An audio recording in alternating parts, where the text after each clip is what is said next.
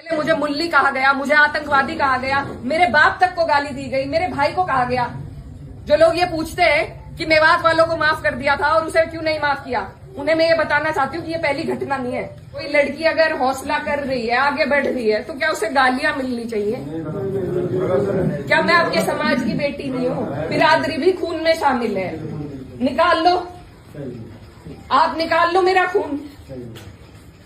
लेकिन इस तरीके से धर्म के ऊपर, बिरादरी के ऊपर, महिलाओं के चरित्र के ऊपर क्या हम पूरे देश में ये संदेश देंगे कि ऐसा हमारा समाज है, ऐसा हमारा इलाका है?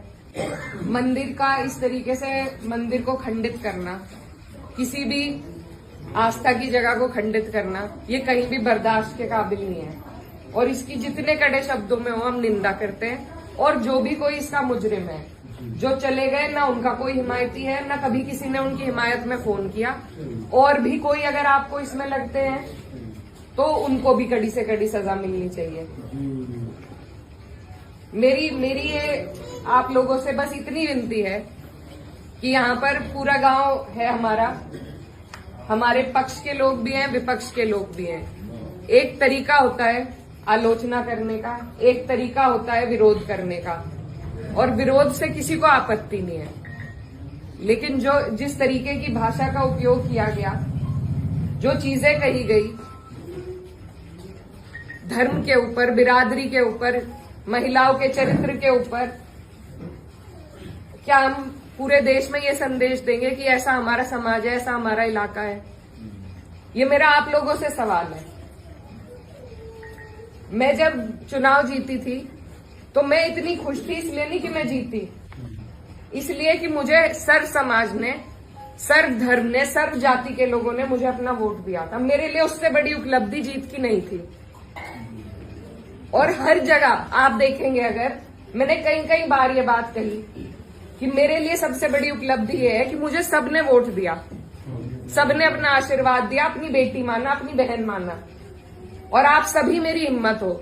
आज अगर इस तरीके की बातें हमारे क्षेत्र से उठेंगी तो मुझे बहुत तकलीफ हुई, शर्म आई मुझे कि मेरे अपने, जो मेरे मामा है, नाना है, भाई हैं, आज उनके बीच में ऐसी बात हो रही।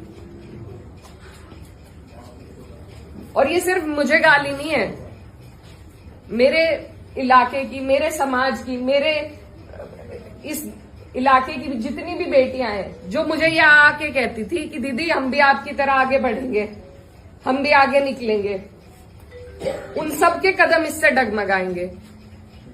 और मुझे ये बात बर्दाश्त नहीं। मेरे पे तरह तरह के सवाल उठाए जा रहे हैं। मैंने कभी धर्म की राजनीति नहीं करी, कभी जात बिरादरी की भी नहीं राजनीति करी। मेरे लिए सब मेरे अपने हैं। जहां जिसे मेरी जिस वक्त समस्या होगी, जिस वक्त मेरी जरूरत होगी, मैं वहां पहुंचूंगी।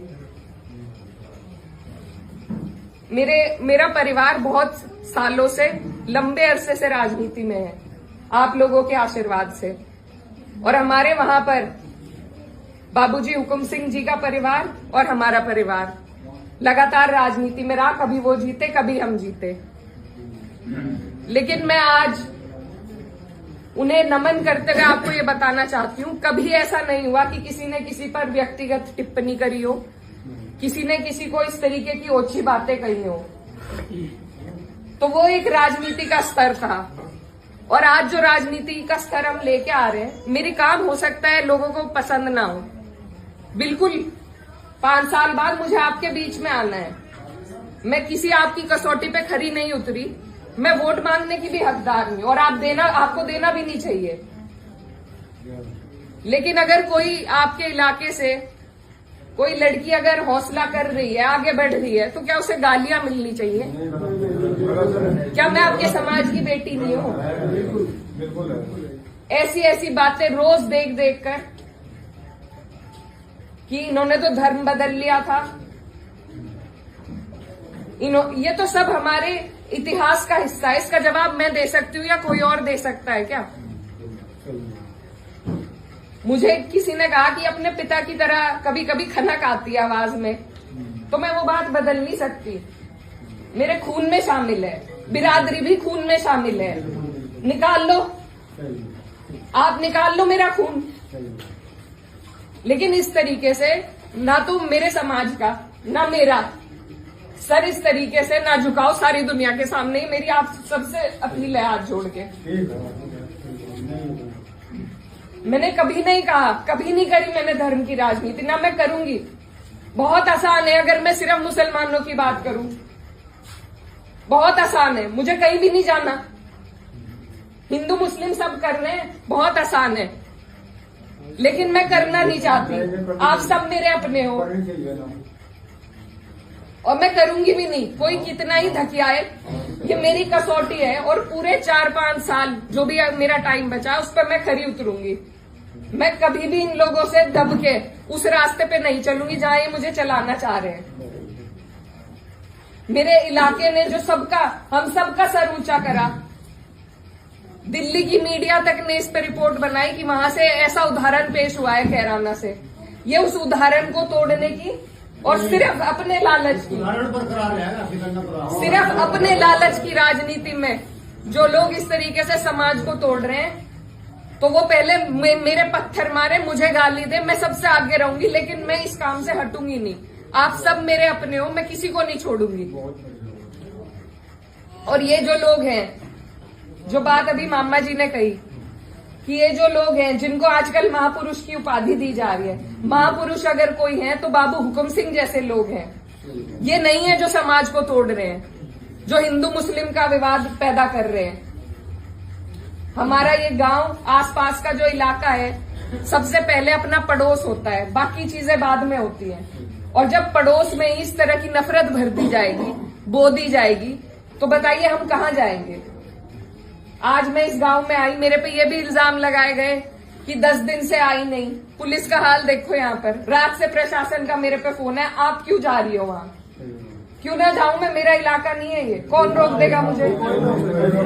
लेकिन हम इसलिए नहीं आए क्योंकि खोसपुरा में 13वीं थी, उस वजह से उस सम्मान में हम राजनीति की बात करने आपके बीच में नहीं आए।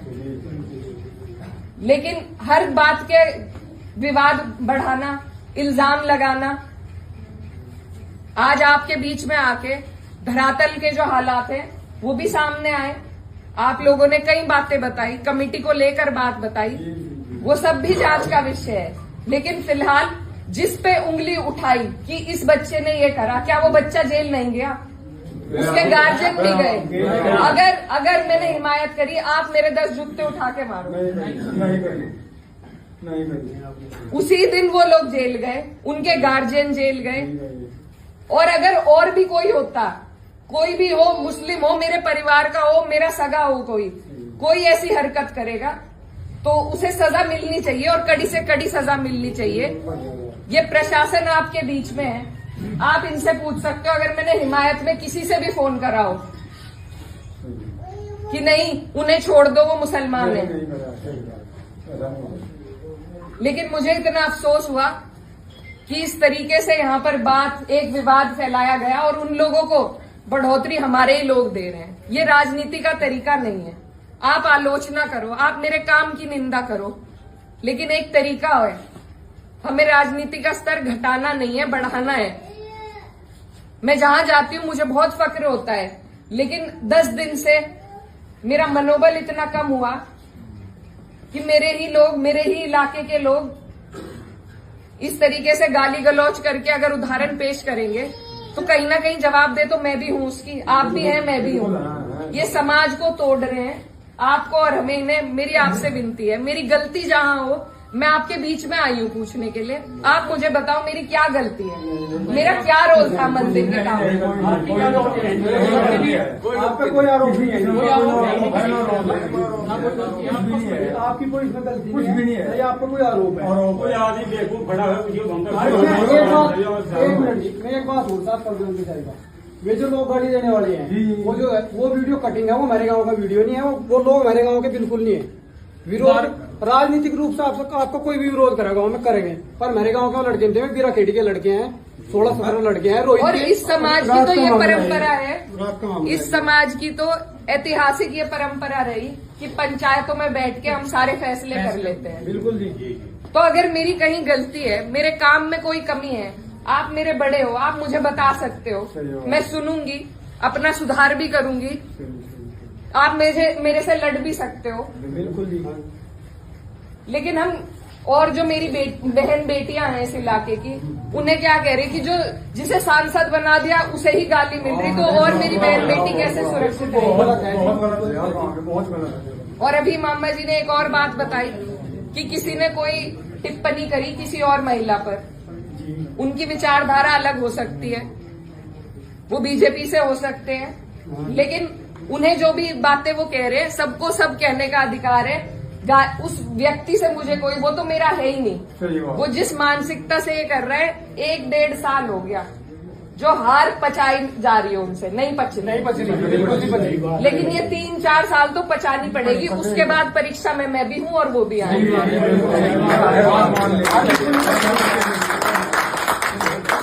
जब मेरी माताजी 2019 में चुनाव हारी थी, तो यहाँ से जो पूर्व सांसद जी थे वो चुनाव जीते। आप हमें एक विवाद ऐसा बता दो जो हमने उनके लिए खड़ा करा हो। हम अपने घर आराम से थे, जनता ने उन्हें मौका दिया, वो जनता का काम करे और जनता फिर खुद फैसला लेगी अगली बार, जो आप लोगों ने लिया। क्या वो अधिकार मुझे नहीं है कि मैं अपना काम करके दिखाऊं?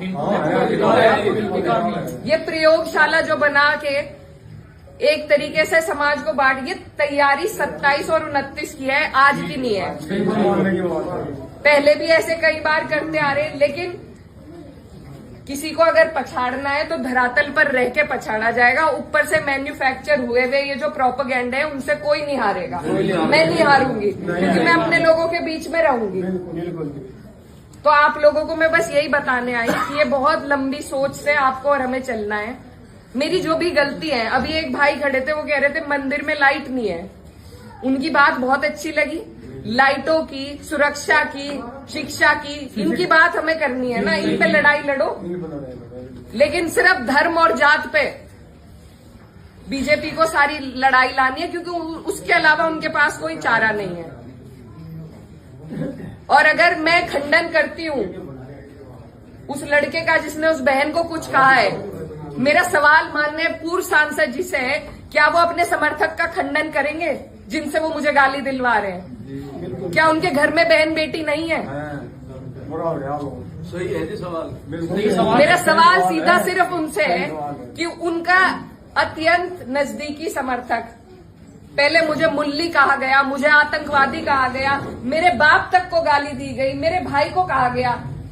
जो लोग ये पूछते हैं कि मेवात वालों को माफ कर दिया था और उसे क्यों नहीं माफ किया, उन्हें मैं ये बताना चाहती हूँ कि ये पहली घटना नहीं है, ये पहली नहीं है घटना। और सीधी सीधी जो गंदी गालियां दी गई हैं,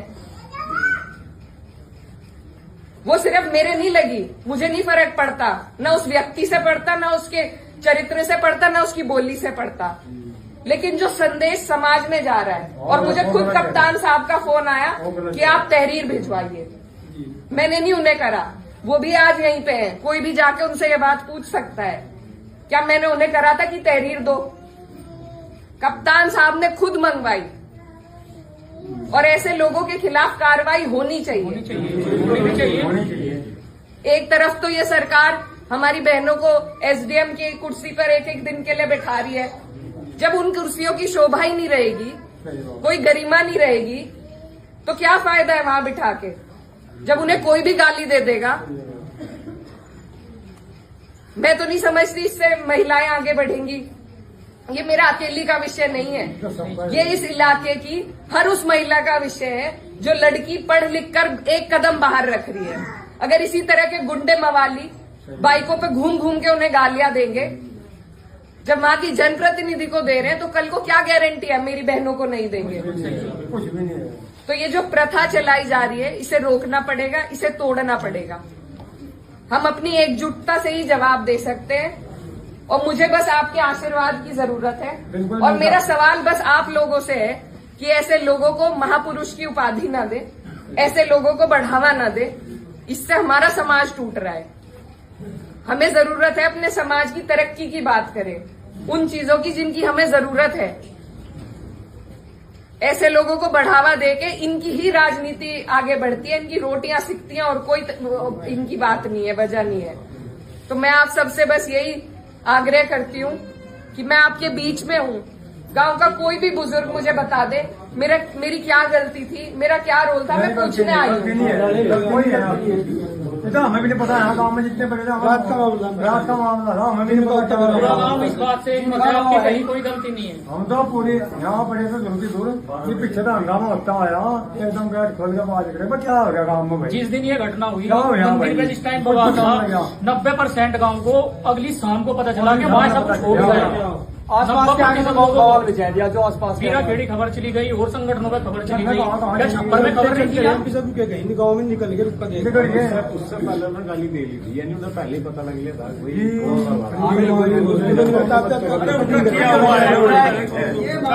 धन्यवाद।